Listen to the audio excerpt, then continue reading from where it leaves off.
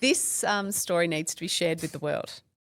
Look, it was pretty funny. I was doing a school drop-off and Sorry. this is a good way to change the mood. All right, so I'm going to tell this story exactly Continue. as it happened and you can make No your own hyperbole. judgment. No, well, I can't promise that, but there might be a tiny bit of hyperbole. No, this is the truth. So I did a school drop-off. I'm driving the car. It's a bit of a snakes and ladders to get out of the area, as you expect. I pull down this little street that's 10 kilometre an hour shared zone. Yep. Walking and driving. Concreted, It's one of those old... Richie Rich sort of areas, right? Let's be frank. I'm driving along 10 kilometres an hour. Now, I have a big diesel engine car. It's very loud. So if anyone wasn't paying attention, like it sounds like I'm going quicker than I I'd am. also just like to say you are not a speed racer in your car. No. You are, I would say, from time to time, Driving Miss Daisy. frustratingly slow. Yes. So I'm a very careful driver and for good reason.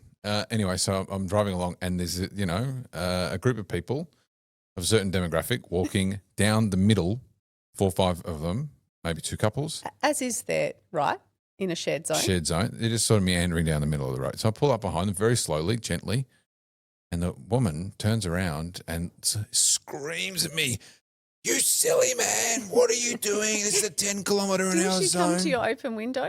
No, she was yelling through the front, right, of the window. And she was so loud that I could hear her. And then she came around to the side, this is it, to the passenger side, and I put the window down so I could hear her even clearer.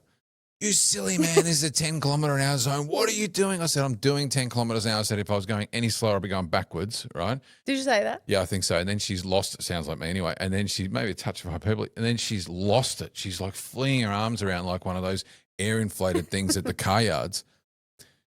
And I said, "Well, the better question is, why are you walking down the street like a bunch of gypsies?" Right? And she's got gypsies and she loses it. Like she's basically like she transforms into another species. And she like absolutely apoplectic. Well, lost it, right? And I'm like, this is just hilarious to me because there's no danger. Nothing actually happened. But I think what happened was that she was so in her own world, she didn't hear me come up behind her and it shocked her so much. And her first reaction was to be aggressive, right? And maybe they've had 10, 15 cars coming through there being hoons. But I'm just turning around like they literally were staggering down the road like drunks at 9 o'clock in the morning. It was hilarious. So silly man, like she calls me a silly man, which I always find funny because it's sort of like the go-to of a demographic to say, "You silly man." But do you think the gypsies was pretty funny, I'm not going to lie.